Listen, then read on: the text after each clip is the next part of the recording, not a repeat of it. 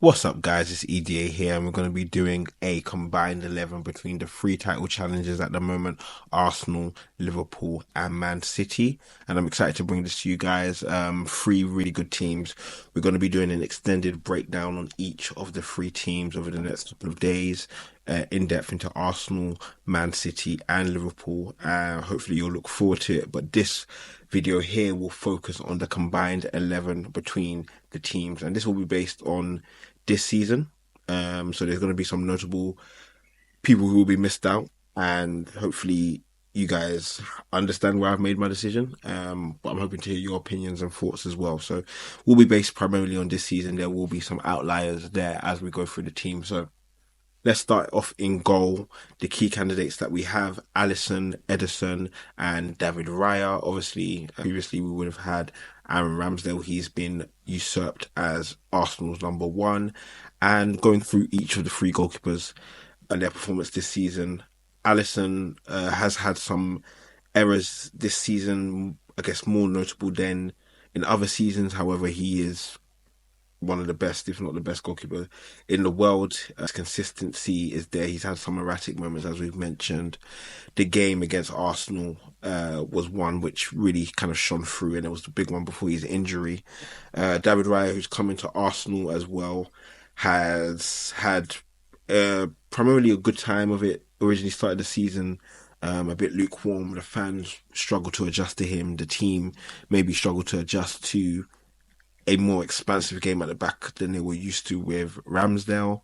And Ederson, again, I think in a similar boat as Alisson, really, really good goalkeeper. I think he's even more susceptible to mistake. And so for me, I will go with Alisson as the number one in goal. I think his consistency, I think he's been really good this season. Obviously had the odd error as mentioned. And I'll probably go number one Alisson, number two Raya, number three Ederson as my rankings for the three goalkeepers. Moving on to right back, we'll have Trent Alexander-Arnold, we'll have Ben White, and we'll have Kyle Walker. Three really top quality right backs. And looking at them just from a persona standpoint, Trent is that ultimate creator from right back, can invert, can move into midfield, can cross with the best of them. One of the best creators that we've seen in Premier League history. He needs to be given the respect for his technical ability. As a right back, has his deficiencies, but also has his advantages on what he can do on that right side. Ben White, really good player, probably the hybrid of the two. Shows Walker levels of defending. Probably doesn't have the same levels of physicality that Walker does have, but in terms of one-on-one defending, he's closer to Walker than he is Trent. Creatively going forward, he's really good as well. Again, not to the level of Trent, so he's probably a balance between the two. Our Walker, obviously, we know one-on-one machine, physically strong, powerful, fast. I've seen him be caught out in a couple of moments. Think of Liverpool versus Man City as well, where Diaz seemed to have him pretty much any time he wanted to, and if he was more clinical, that could have altered the result and probably make Kyle Walker's performance look a little bit worse than it was. And there's questions of if his powers are waning. I'm not sure about that. I think if we're going between the two, I guess the three teams and who I would potentially put there based on this season's performance, I want to be as fair as possible here. So my reasoning for who I'm going for is based on availability through the season, is based on being able to attack and defend at a high level. And I think he's the best hybrid of the two, if I'm being honest. I'm going to go with Ben White as my right back.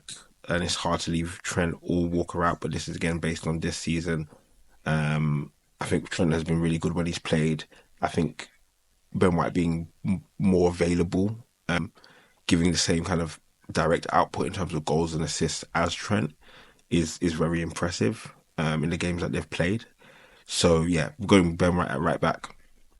At centre back, we're going, and it's really, really difficult. So the options that we have: Ruben Diaz, we have Akanji from Man City, we also have from Arsenal Saliba, Gabriel. From Liverpool, we have Konate and Van Dijk. We also have Joe Gomez as well, who has floated in a couple of different positions, and again, it's going to be interesting to see where he lands as well. In the rest of the team, if he makes it, will also be will also be a difficult one from my standpoint. Key people for me that I'm thinking about, if I'm being honest with you, are the Liverpool pair and the Arsenal pair. So I'm thinking about Konate and Van Dijk, and I'm thinking about Gabriel and Saliba. And it's a tough one for me, honestly. I think Arsenal have had a better partnership. I think Liverpool have definitely had the standout player in terms of their defense being Virgil van Dijk, and he's clearly been better than everyone else in that defense. I think with Arsenal it's a bit harder because we've got the best defense in the league, and there's probably more debate and discussion in terms of okay, who's going to be better there. But for me, the two that I've gone for are Virgil van Dijk, who's been amazing this season. He's really stepped it up. I thought he is definitely better than he's looked in the last. I think last season, definitely. This season, he's got to be one of the best players in the league, and I expect to see him in the PFL team next to him, who I'd consider one of the best left-sided centre backs in the league, in the world.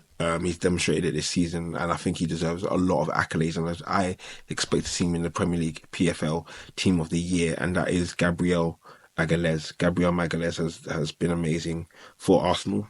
Slightly pips Saliba in his consistency, in his aggression, in what he does going forward as well. But what he does for us, he's super aggressive.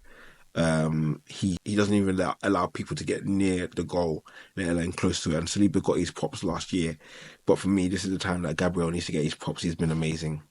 Moving on to left back, we have a number of different options, and no, none of the teams are surprisingly really strong here, and that's probably an area that they all need to look at. You've got Arsenal and Man City, so from an Arsenal perspective, Zinchenko, who for me doesn't really qualify in this current debate. We also have Kivior, Tomiyasu, three different players who have played there. From a Man City standpoint, you've got Nathan Ake, you've got Guardiola as well. From a Liverpool standpoint, Andrew Robertson, who's been injured for the majority of the season, has come back. And normally, just in terms of ability, I'd probably say you'd give it to Robertson. Like, Robertson has consistently been the best. I also have questions on if his powers are waning as well. But I'm going to give it to Joe Gomez. I'm going to give it to Joe Gomez. He's been Mr. Reliable for Liverpool. He can slot in at right, left back, centre back. He's big, he's strong, he's technically really good as well. Obviously, not to the levels of a natural left back like Robertson, but he deserves his accolades for sure. And I'm going to be going with Joe Gomez at left back, going into the midfield, and it's not as difficult as you might have thought. Normally it would be, and there's going to be big names missed out. You know, Trent could have slotted into the midfield. Just looking at the key candidates from each team, Liverpool, we've got Soboslai, we've got McAllister, we have Harvey Elliott. From a Man City standpoint, we have Rodri, Kovacic. We've also got the likes of Nunez, KDB, who's come back from injury. Arsenal, we've got Odegaard, Rice. Probably put Havertz there because he's played a lot at left centre mid. Trying to think if there's anyone else. Jorginho. Boiling it down to this season and performances in the Premier League, I'm gonna go Rodri in that DM position. I think he's an amazing player. I think there's an element of support he needs and requires to cover all of the defensive work, and there's no shame in that. You can see John Stones is a massive help to him in able to progress the ball and to be able to be a ball playing six, which he is. So I think that defensive element is there within him, but he does need that support. And so when I'm thinking of the team, obviously I'm thinking about individual performances. I'm also thinking about a team makeup and how it actually stacks together. And like next to him, which Man City were looking to do at the summer transfer window, was Declan Rice. Rodri and Declan Rice would be the best double pivot that you would ever see in modern day football. Essentially, they're two of the best complete sixes slash eights, and they'll complement each other amazingly. So Rodri and Rice in the midfield, supported by the Arsenal captain Martin Odegaard, and Martin Odegaard has stepped it up incredibly in the second half of the season. The first half of the season, the first 9 games in the season. I was wondering where the normal Martin Odegaard was. I mean, yeah, he was still delivering in terms of his high work rate, in terms of being an emotional leader for Arsenal, but we weren't seeing the quality on the ball. We weren't seeing him deployed as well as he used to. It seemed like he was very shot focused. That seems to all have changed. Seems to be being deployed differently, a bit deeper. You see him popping up in different areas of the pitch. You can see his creative numbers. I know the God has been amazing, and that's the midfield three. Obviously, using out KDB in a normal, just based on quality combined 11. KDB would get in there, no doubt, no hesitation, over Odegaard, with no doubt. But based on this season, availability, performances, I think we've seen more out of Odegaard than we have KDB, and I'll be surprised if there's many arguments on that fact as well. Moving into the attack, and again, there's options, but I think for me, it's really, really straightforward, if I'm being honest. So first and foremost, we have Arsenal, their range of attackers: Kai Havertz, Gabriel Jesus, Eddie Nketiah, Gabriel Martinelli, Bakayo Saka, Leandro Trossard. Man City, you have the likes of Erling Haaland, Julian Alvarez, Jeremy Doku, Jack Grealish, Phil Foden. I say now it was easy. I'm thinking again, it's probably not that easy actually, because someone's going to have to miss out. Liverpool's attack: Nunez, Diaz, Salah, Jota, Poe. He's probably the one I was just about to miss. But yeah, quality attacks across all three. And I said, coming into this video, I had written down Saka, Salah, and Haaland. And going through this video and thinking about the impact that Foden has had on Man City, I've kind of come up with the opinion of Saka, Foden, Haaland. But Salah missing out, even with the time he has missed with the African Cup of Nations and via injury, his numbers are crazy. 15 goals, 9 assists. And I can't ignore that. I can't also ignore the top goal scorer in the league as well. However, I feel like Eric Haaland hasn't had the same impact he has had in previous seasons in the time that he's been on the pitch. And yes, he's the top goal scorer, no doubt about that. But I'm gonna have to make a controversial decision either way. Someone big is gonna miss out, and I think just based on this season and what I've seen, we're gonna go Saka, Foden, and Salah. So it's gonna be Saka, Foden, and Salah. That's gonna be the team. So just to recap on the starting 11, it's gonna be Alisson in goal. We've got Ben White at right back. We've got Virgil van Dijk and Gabriel Magalhaes at centre back. At left back, we've got Joe Gomez. In the midfield, we've got Rodri, Odegaard, and Rice. And up top, we have Saka, Foden, and Salah.